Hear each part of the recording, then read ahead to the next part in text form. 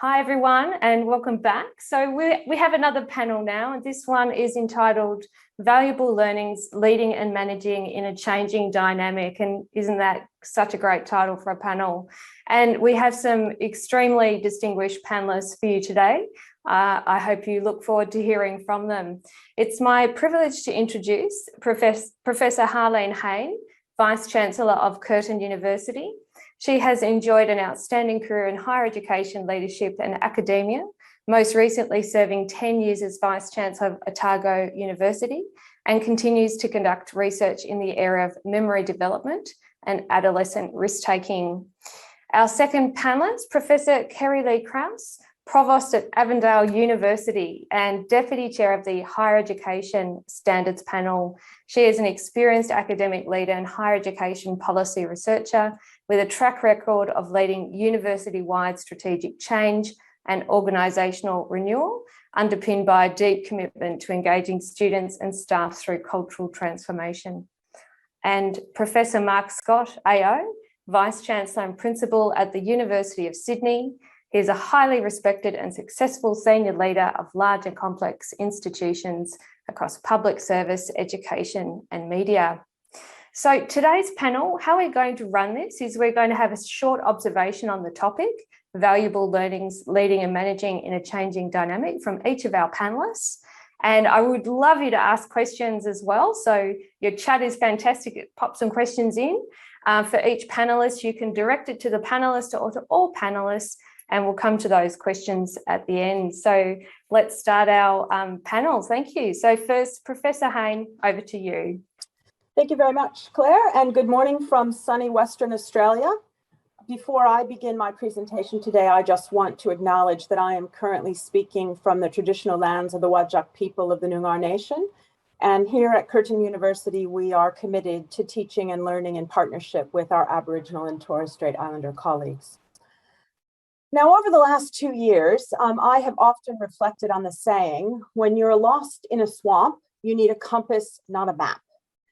And for most university leaders around the world, COVID-19 has been the ultimate swamp maker.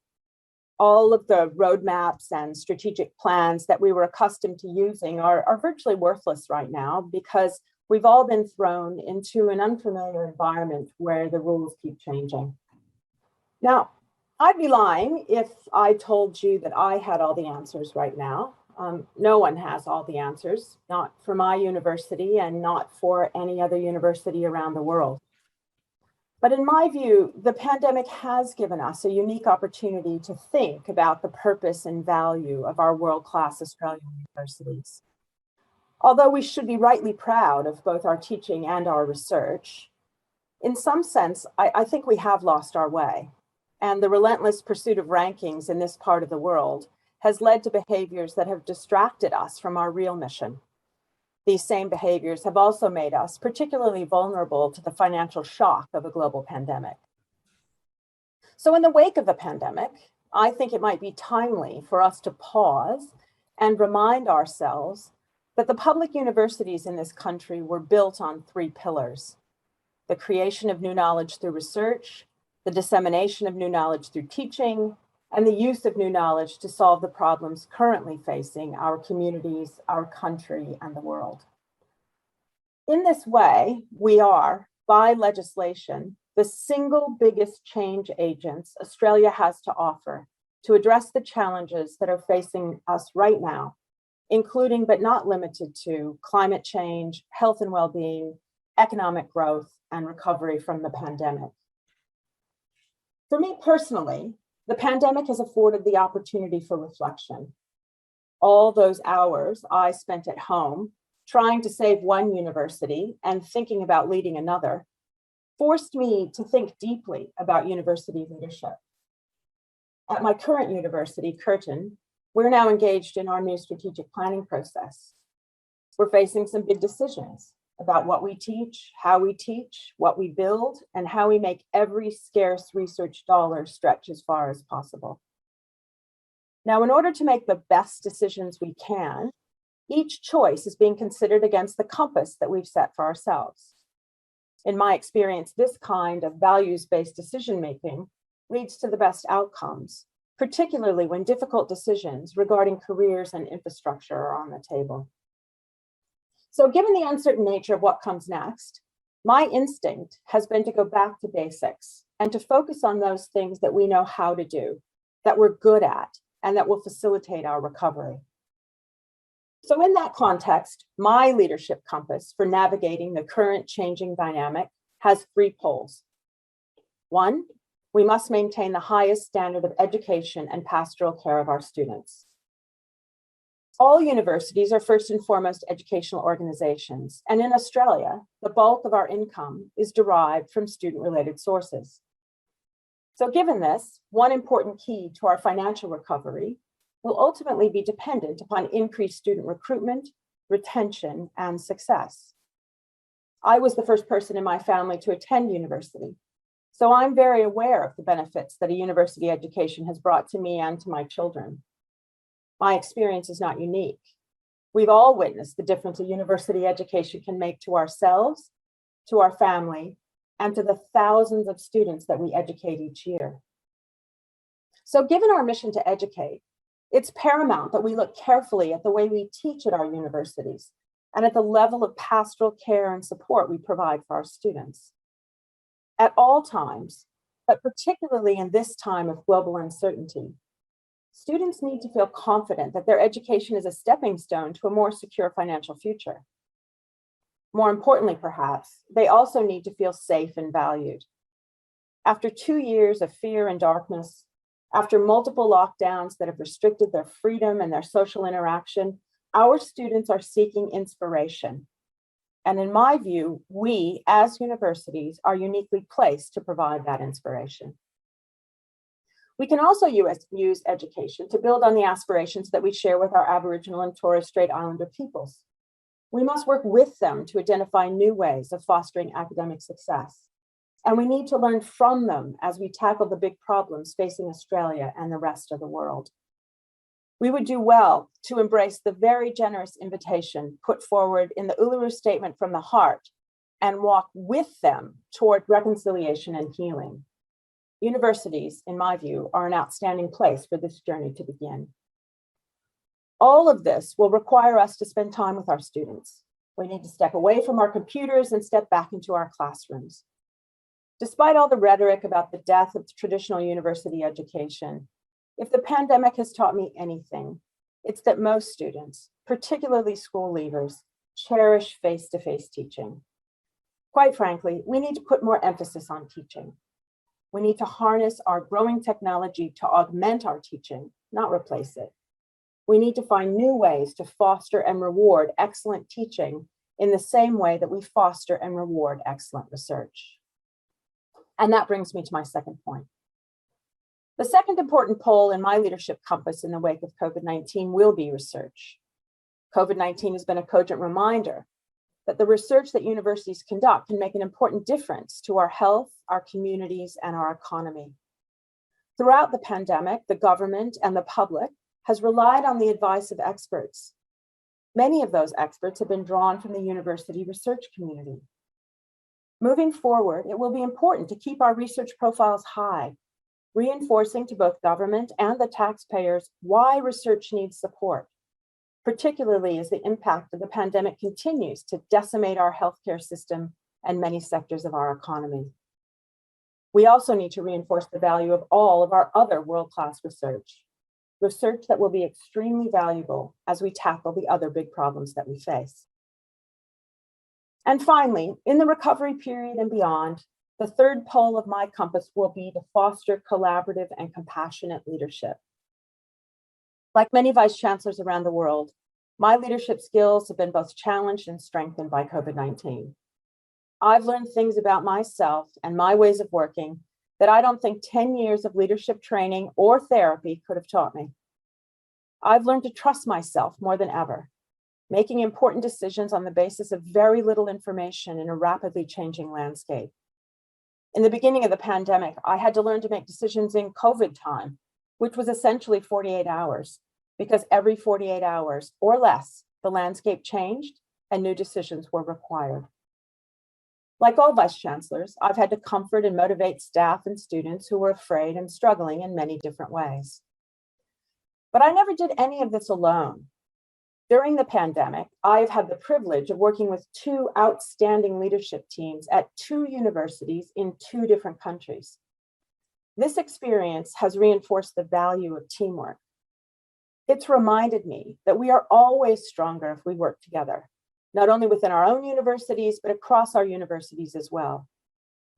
In my view, the relentless pursuit of rankings that I referred to earlier is a barrier to the kind of collaborative and compassionate leadership that will be required going forward. Now, more than ever, we need to build on the partnerships we currently have, and we need to continue to build more. As leaders, we also need to foster strong, meaningful relationships with our external stakeholders, including elected politicians and government representatives. In the end, we all want the same thing: a strong, effective tertiary education system for Australia and the other parts of the world where we teach and recruit students. Although we need to fiercely defend our autonomy and independence from government, we also need to work with government, our primary funder, to underscore our immense value to society. We need to remind them that we not only educate the next generation of doctors and lawyers and accountants and teachers and nurses, but we also nurture the next generation of leaders. So in closing, this pandemic has been the ultimate disruptor. At my universities, we've experienced a period of both fear and frustration. At the same time, however, we've also learned that we're bolder and braver than we ever imagined. We've stepped outside the ivory tower, rolled up our sleeve, and helped save communities through the pandemic. But at the same time, the pandemic has tested us all, challenging our leadership in ways most of us never predicted. And we now find ourselves in a swamp. Many universities in Australia are facing major financial challenges, but with the right compass, we will forge a path to success. I am acutely aware of the challenges that our sector is currently facing, but like the other members of today's panel, I warmly embrace those challenges, and I look forward to a bright, successful, and sustainable future for our Australian universities. Thank you. Thank you, Professor Hayne. We will now turn to hear from Professor Krause. Thank you. Thanks so much, Claire, and I acknowledge that I'm speaking with you today from beautiful Awabakal country on Lake Macquarie in New South Wales. And I'd like to bring two perspectives to the conversation today. First of all, with one hat on, I'll share a little bit from the perspective of the Higher Education Standards Panel and a few reflections on maintaining and addressing the issue of quality and standards in a changing dynamic. And then I'll put another hat on and share an institutional perspective from Avondale University, as you mentioned, Claire, a new university and a number of leadership learnings to share there. So at the sector level, we've certainly witnessed seismic change over the last couple of years, no question about it. And we've learned a great deal about our capacity to be innovative and to deal with rapid pivots to online learning and teaching, as we heard earlier from our students. And I would argue we've also pivoted in a range of ways in the areas of research and research training and support for student engagement and a range of ways in which we've supported students online. And Minister Tudge has charged the Higher Education Standards Panel with working with the sector to look more closely at the impact of these changes on the quality of the student experience, especially in online and mixed mode contexts. We've also seen a lot of innovation in the area of admissions practices in recent years. And we also know that we've taken a significant hit in international admissions, and that's been a topic of conversation this morning already. From a Higher Education Standards Panel perspective, and I know I speak for the sector here, there's a deep commitment to transparency in our admissions practices right across the sector, while also encouraging innovation. And I'll be leading a group of sector colleagues to work on expanding the reach of our admissions transparency work to include postgraduate and international students. And this clearly is very timely given our commitment to both resetting and rebooting our engagement with international students. One of the most significant challenges I think we can all resonate with right across educational sectors in this country and globally has been that of student well-being and mental health. And it's certainly been a top priority for all institutional leaders I know, as well as every member of staff who engages with students. So from a panel point of view, one of the things that we'll be looking at is a piece of work to examine the adequacy of our standards framework here in Australia in addressing student well-being and mental health, along with standards relating to students with disabilities. So there is certainly a quality and standards angle to consider when we think about leading and managing change at the sector level. And then with my institutional hat on, I thought I'd take the opportunity to share with you a little bit about Australia's newest university through a few snippets of information. I've had a lot of people ask me, who is Avondale? What do they do? And as a provost at Avondale, there certainly has been a valuable set of learnings for me. And from a personal viewpoint, one of the challenging questions that I confront on a daily basis in this context is what changes and what remains? What stays the same? What are the change points and what are the anchor points? I've long held the view that when one is surrounded by a tsunami of change, as many refer to it, whether it's by choice or by circumstance, that one of the most fundamental tasks is really to ask oneself, what is that still centre? What is that core? Where is the anchor that makes us who we are, whether it's as an individual or as an institution? And in the Avondale University context, with its 125-year history of faith-based educational provision and community engagement, and indeed with a track record of scholarship and focused and applied research, the emphasis on the difference between anchor points and change points is absolutely core to our ability to sustain ourselves and to grow as a university. So there are a lot of leadership learnings that focus, that emphasize the importance of focus.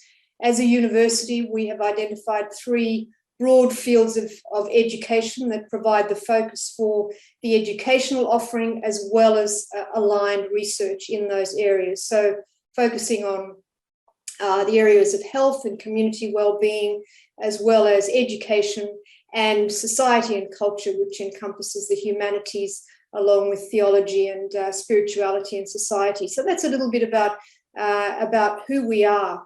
And back to the anchor point question, learning and teaching and the quality of the student experiences, as Harlene has mentioned, is for Avondale anyway, one of the hallmarks of Avondale's contribution to Australian higher education.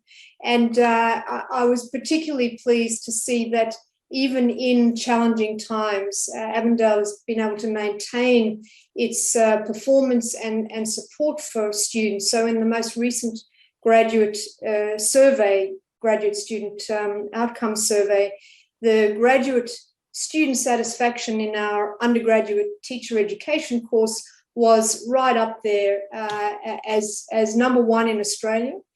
Notwithstanding a very small sample, we recognise that, but that focus on personalised learning is something that, for me as a leader, is an anchor point, and we do not want to mess with that while we grow our research performance. And our nursing was ranked number 2. Swinburne pipped us at the post there, but that gives you some sense of the fact that there is a foundation there as a leader that I must build on, and we do not want to lose that.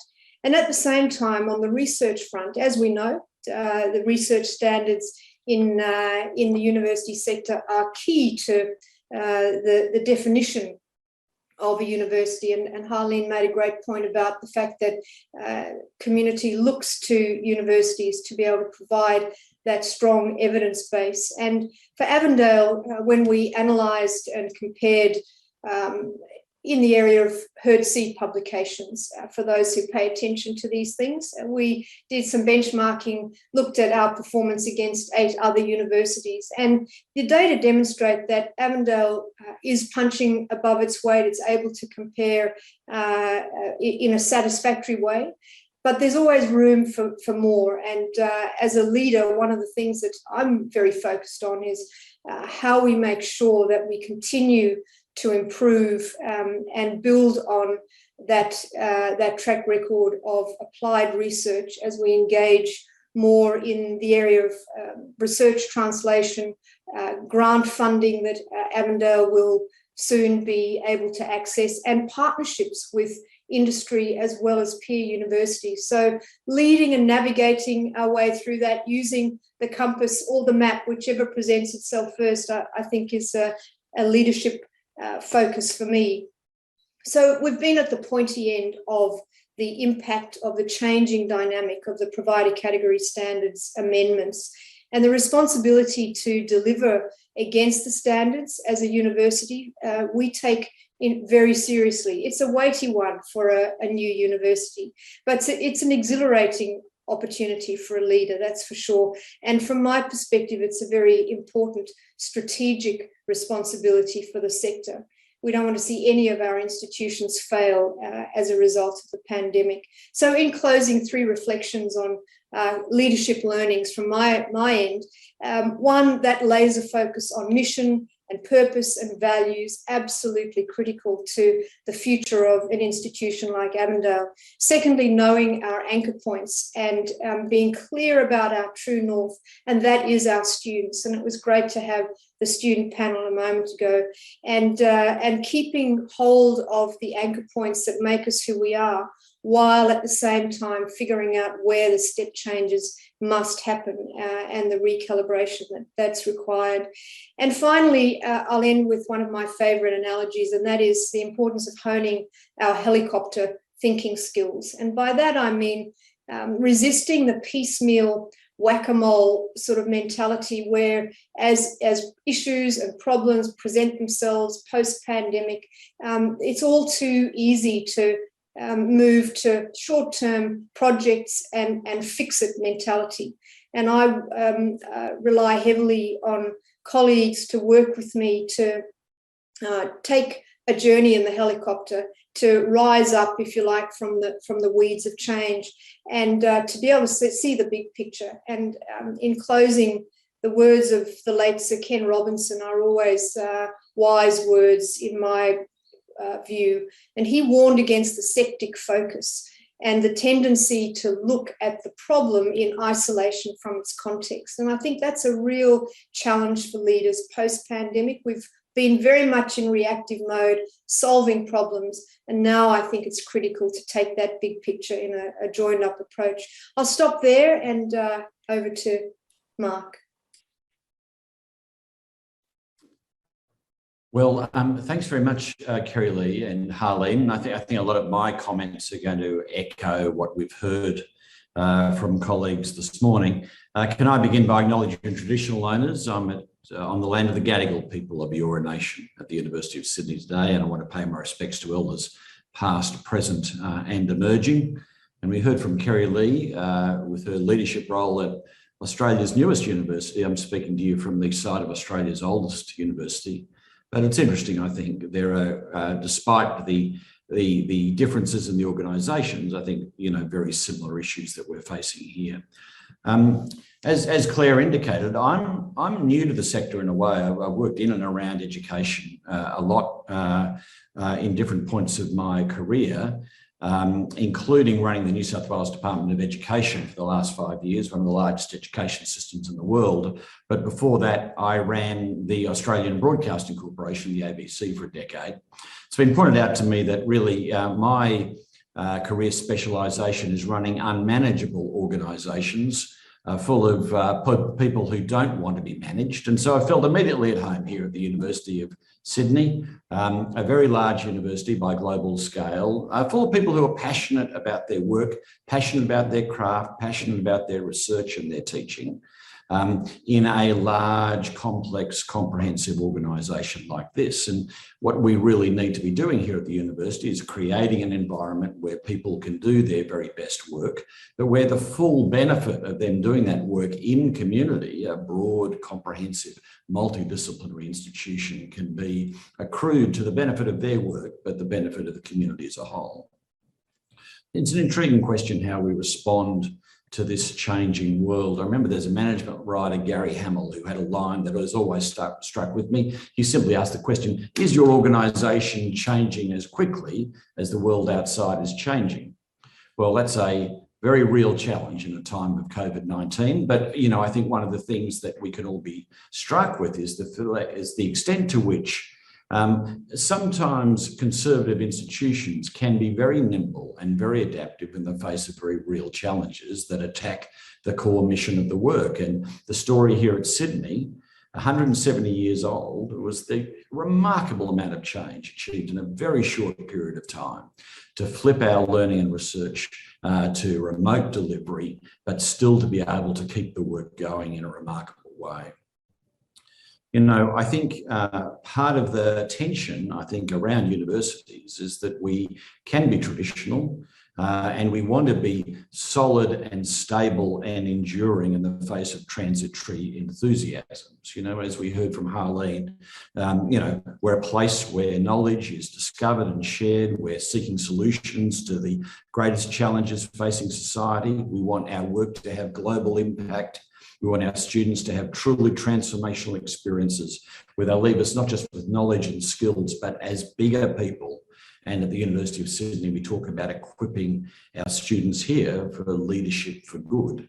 And so these are strong, weighty principles, and you don't want them buffeted around by the latest, brightest idea that someone emerges with. You want to have ballast, you want to have strength.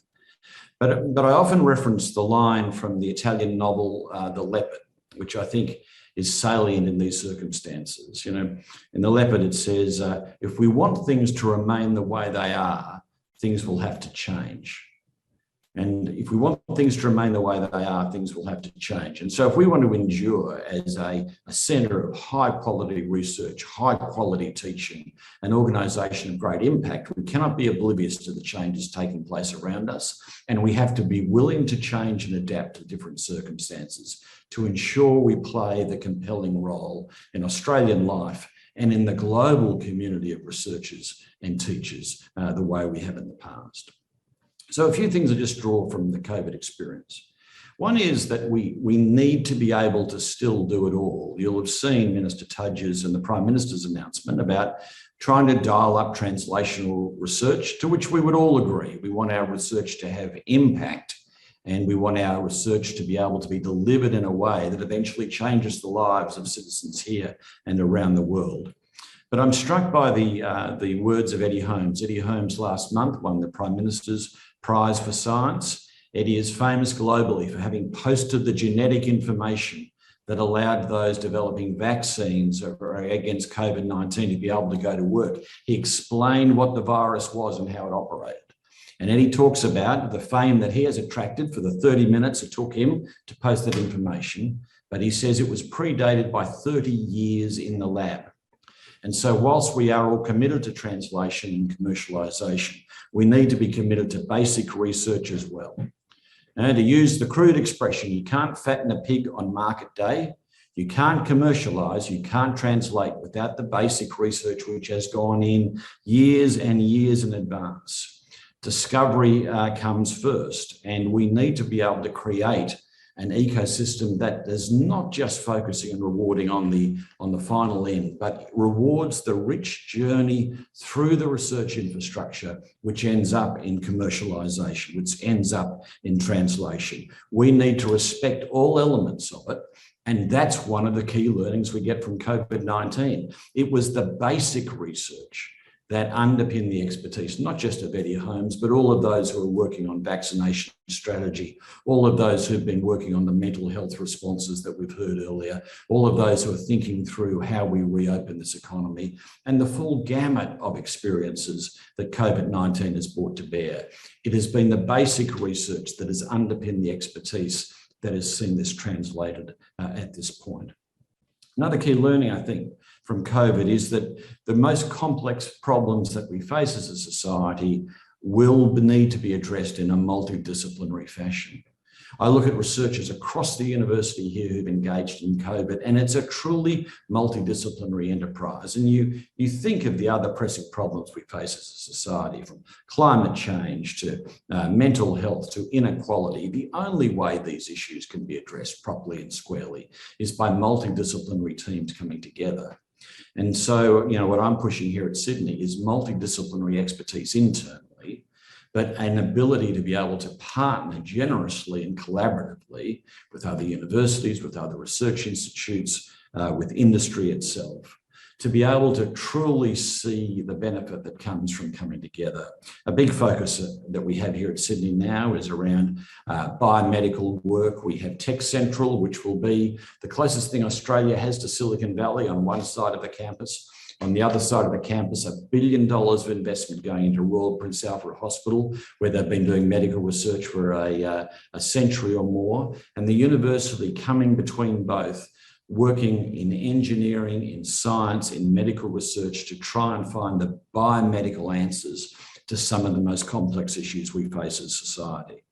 I'm comforted that we have seen the benefit of true comprehensive universities in this COVID-19 experience, and also the benefits of universities working together.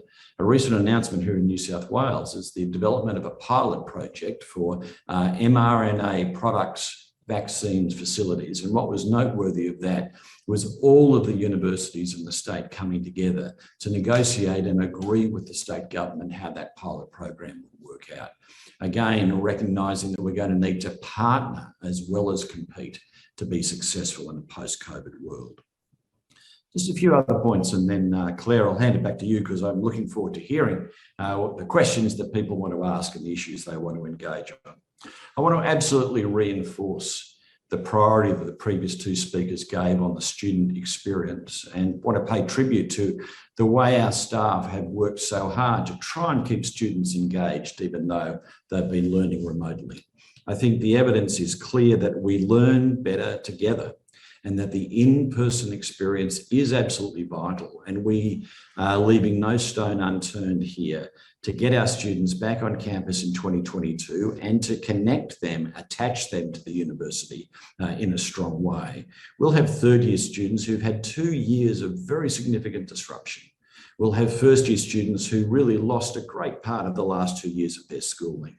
We need to attach them to their courses, to the university experience, to other students and to academics to really make sure that they are getting all that they can to have the transformational university experience. I also think we've learnt that our graduate students and those who might be doing micro-credentials or other shorter programs really value the flexibility that COVID has demonstrated, really value the opportunity of being able to learn at the time they want, on a device they want, in a place that they want. So how flexible are we in delivering that for them?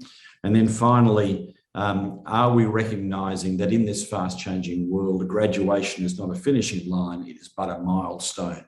And we are really setting up an environment where we are partners with our students throughout their entire careers in a very dramatic and fast-changing world. I think that's one thing we take from COVID. The change is never going to stop. It's a dramatic, fast-changing world. We need to respond in that way too. Claire, I'll pause there and hand it back over to you. Thanks so much, Professor Scott. So it was really quiet on the question front, and now we've just got a whole lot coming in. So I am just going to exercise the chair's prerogative and ask about teaching and learning, because that's my passion. And the first question is for all panelists. How do we actually foster a culture of teaching excellence and a focus on students? And I'm going to start with you, Professor Krause. Thank you so much. One of my many favourite topics as well, I can assure you. So I'll mention two things, and I'm sure others will chime in. One is in the questions, I've seen a question about how the student voice is reflected in university work, in university conversations, whether it be at governance level or engagement with student unions, etc. That is critical for me. And there are many examples around the sector of ways in which the student voice is not only being heard, but being enabled, and development of student leaders and student involvement in governance. So that for me is critical. It goes well beyond sending out a survey and asking for a response from students. That's important, but it's not everything. So active involvement of students and in a reciprocal manner. The second thing I would say is, again, taking a lead from one of the questions, is looking at the ways in which we engage our academic staff and the ways in which we support them, recognise and reward outstanding teaching. And the key lesson here is never use teaching-focused roles as a punishment for not doing enough research. That is just, the number one rule.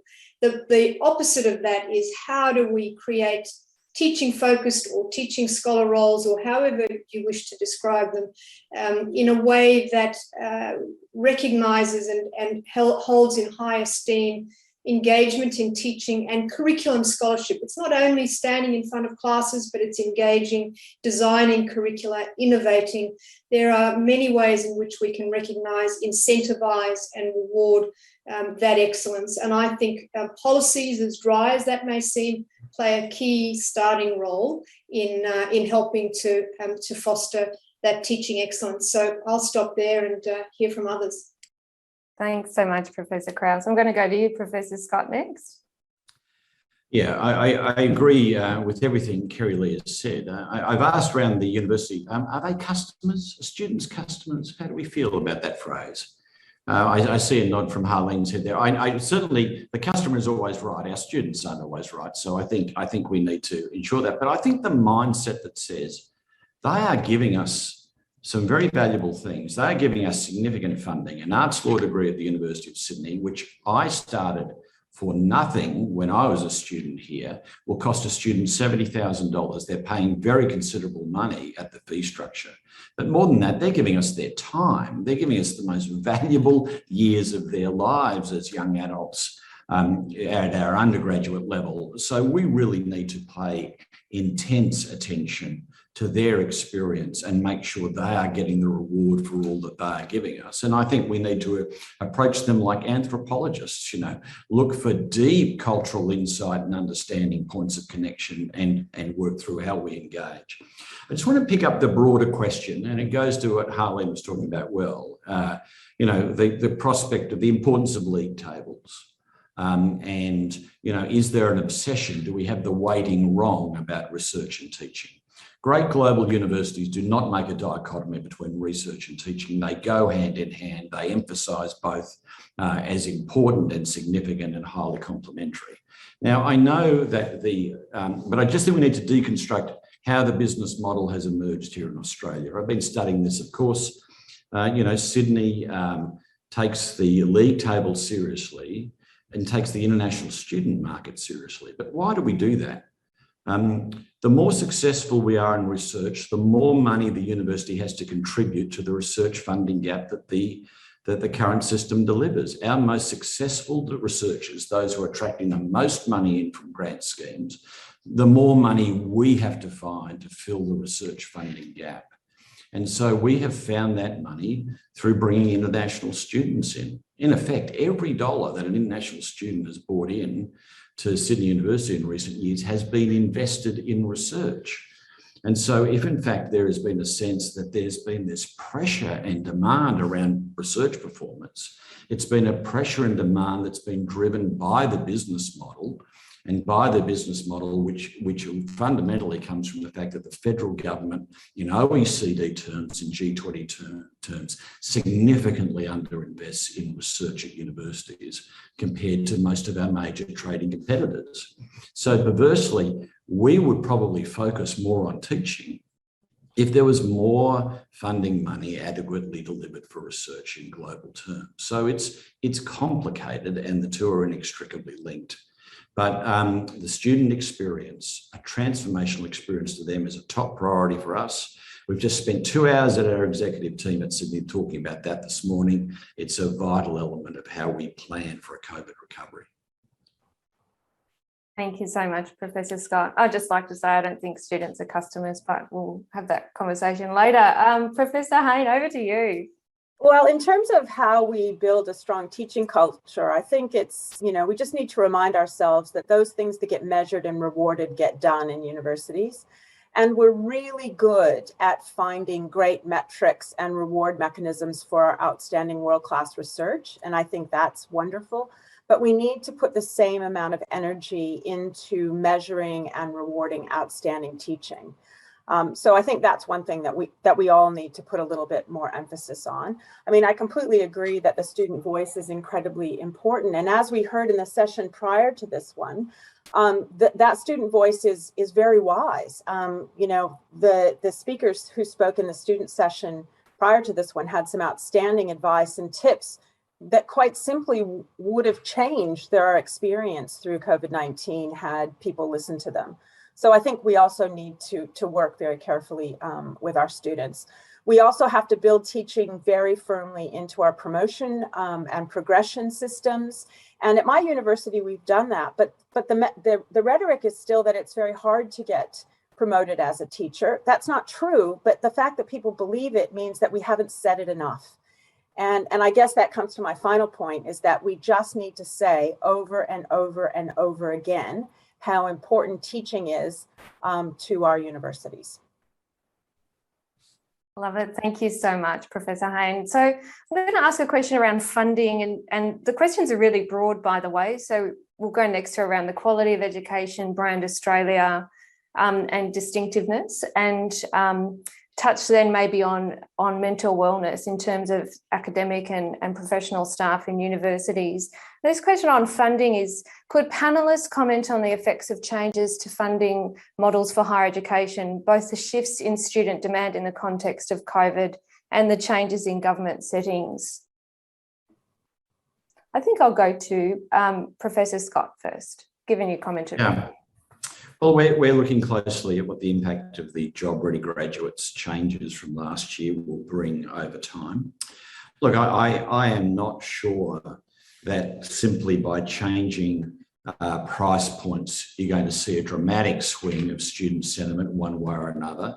I think the payback scheme that's been developed in Australia, originally through HECS and through various different naming traditions since then, puts the payback a long way away from where students' experience is right now. And so whether in fact you're going to see a dramatic change by changing those price points, I think we are a little bit sceptical of that. I think going back to my previous point on research though, I mean, one of the things that really emerges from the Job Ready Graduate Scheme is it significantly limits our ability to be able to take the funding contribution of students from their fees and invest some of that in research. It increases the research funding gap, even though the vast majority of our academics are both teachers and researchers. And so again, I feel all of these things are interconnected, and we've got to be careful in our policy settings that we don't just put a spotlight on one element and try and change that and not think it has impact elsewhere. Because I think it looks like that the Job Ready Graduate Scheme, cutting out that subsidy and support for research, increases the research funding gap, and then gets the university scrambling even more to try and find how they're going to find the revenue to do that, an unintended consequence. And similarly, we can have a big focus on translation, a big focus on commercialisation, but unless we're investing in basic research now, there'll be nothing to translate in 2030 or 2040. The things we're translating now are things that are the positive consequence of basic research that's taken place previously. So again, I just think a level of sophistication and engagement of intended and unintended consequences when addressing the policy levers in something as complex as higher education is absolutely vital. Thank you so much. I'm going to go to Professor Hayne now with this same question on funding, but just to add on a question from the audience around the border closure in Western Australia. Will international students be allowed into Western Australia? What if they arrive into Sydney or Melbourne? Will they be allowed to quarantine free into Western Australia? But also to address that funding big picture question. Thank you, Professor Hayne. Okay, well, I'll start with the question of travel to Western Australia. As people know, we have a slightly different policy right now in Western Australia than the rest of the country. So although the Prime Minister has opened the borders to Australia on December 1st, the borders to Western Australia are currently planned to stay closed. The Minister of Education, the State Minister of Education, and our Premier met with the Vice-Chancellors a couple of weeks ago to outline their very clear plan to allow all international travelers, including international students, into WA. And what's going to happen is that the Premier will make an announcement, hopefully by the middle of December, about the date that the border will open. And the timing of his announcement, it will be coincident with when WA residents have reached an 80% double vax target. Once that happens, he will then announce when the borders will be open in early 2022. We're hopeful that that will happen end of January, beginning of February, so that students and all other international travelers or travelers from Sydney and Melbourne, Australians, can come to Western Australia quarantine free. So that's the current plan here. And those are the guidelines that we're sharing with our international students, that they should be getting themselves organized to be able to return to Western Australia for the beginning of first semester. So that's the travel issue. With respect to funding, like Mark, I'm not new to the sector. I've been a Vice-Chancellor for over a decade, but I am new to the Australian funding system. And I must say there are many things about it that puzzle me, and I'm trying to find my way through. Mark has highlighted the real difficulties about the way in which research is funded in Australia. That has led to a relentless pursuit of rankings in order to recruit international students so that the universities can fund their research efforts. I mean, in my view, it's a sane response to an insane system that we're currently working within. And a similar response of the Australian universities to the system that we're working under is the casualization of the workforce. And I was quite surprised when I got to my university here to see how many of the staff, particularly the teaching staff, were hired on non-continuing contracts. And as I've started to try to understand how we've gotten to this position, it seems to me that it's a combination of both the current funding mechanisms that we have in Australia, coupled with the very restrictive nature of the EBA that we're working under. So once again, I think the university has made a sane response to an insane set of circumstances. And what I'm hopeful that we'll be able to do, given that we're all working in the EBA environment right now, is that we can sit down with our union colleagues and really walk through how some of the rules that we've set for ourselves have actually worked against us rather than for us. And that's something that we're actively engaged in at Curtin, and I suspect other universities in Australia will be going through the same thing. But it goes back to my point before about working with our major funder, which is government, is that we just need to work consistently and respectfully with government to remind them of what an important force the universities are for good, so that we can be funded properly and eliminate some of the current struggles that we're facing. Thank you, Professor Hayne. I'm going to go to Professor Krause. Yes, Claire, thank you. I thought I might just add a dimension to the discussion for those independent higher education providers who operate differently in terms of funding models, but still are operating within the higher education market. And so the first point would be that I think the JRG legislation, the medium-term impacts are yet to unfold. And as Mark said, the issue of student choice is something that is determined by far more than the price point. And we know that the higher education market does not operate as a true market. So I think it's an interesting question. I would say the data are still to be analysed, but we've certainly seen students choosing courses because that's their passion rather than because of the price point. So for those that are not funded by in the same way as public universities, I will just say that announcements like those we had today about the fee help loan fee exemption and the regulatory fee waivers, those sorts of initiatives make a significant difference to small providers. And, you know, there is a lot of talk about how to make sure that we support those independent higher ed providers in different ways. So I would just say that even seemingly small initiatives like that make a big difference and are welcome. I can also see there's a question there about support for pathway providers who don't have access to funding like universities. And my advice would be that there's real benefit in connecting with others who are going through similar challenges, and that ability to learn from and with other institutions who are grappling with this, I think is very important. So no easy answers there, Claire, but a few observations. Yeah, thanks so much. And I'm actually going to stay with you for the next question as well, and then go to the other panelists. There's actually quite a lot of questions which are all around differentiation of the higher education sector in Australia. So just to give you a flavour of some of the comments, interested to hear your thoughts on whether Australia has too many institutions offering a very similar product.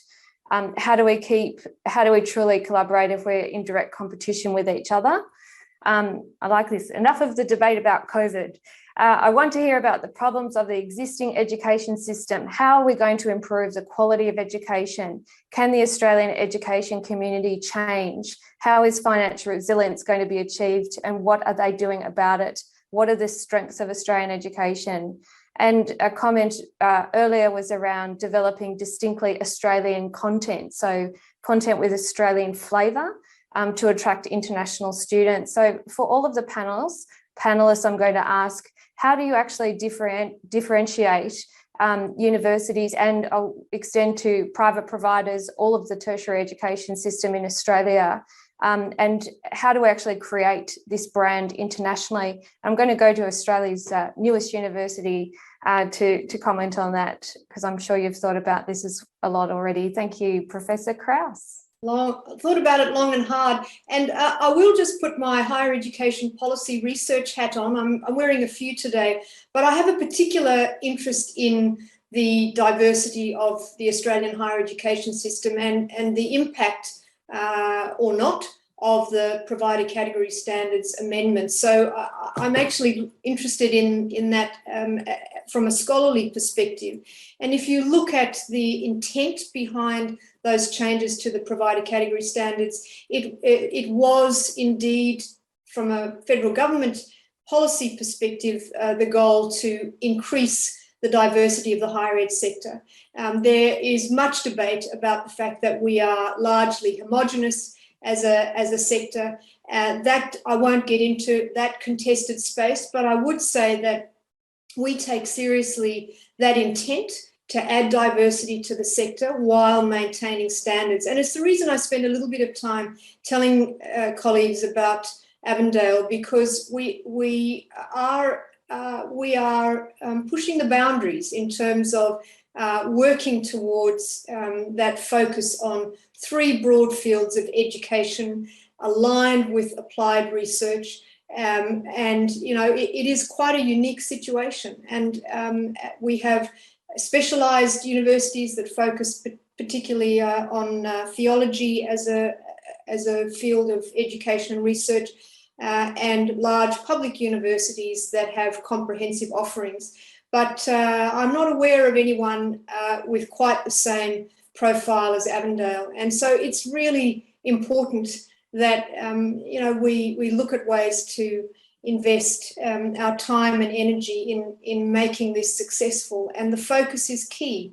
So I would say that we're doing everything possible to add to that diversity and to add choice, and to do our very best, you know, to make sure that brand Australia and the standards thereof are maintained and exceeded. So it's a core part of what we're focusing on, Claire. Thank you for that answer. So I think I'll go to Professor Hayne next. Same question. Okay, well, thank you. In terms of the distinct value proposition for Australian universities in general, I think we have an outstanding value proposition, and one that we could probably make even stronger.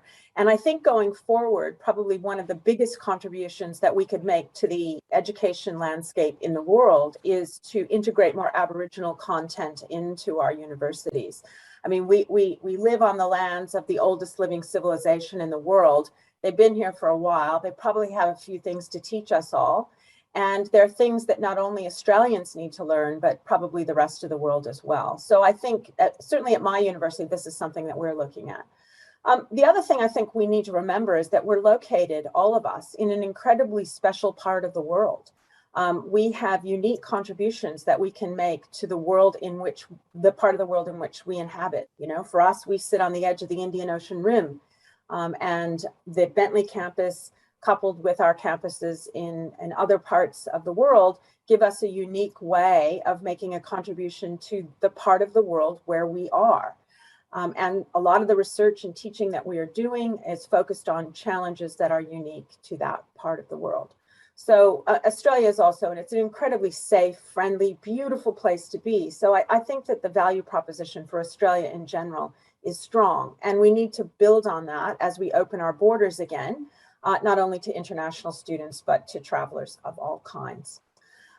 In terms of differentiation within Australia, there's a lot of discussion about that right now, and particularly in WA, where the issue of amalgamating the 4 public universities has reared its ugly head again. I actually lead a massive university. We have between 50 and 60,000 students at Curtin. I cannot see for the life of me the value of creating an even larger university here.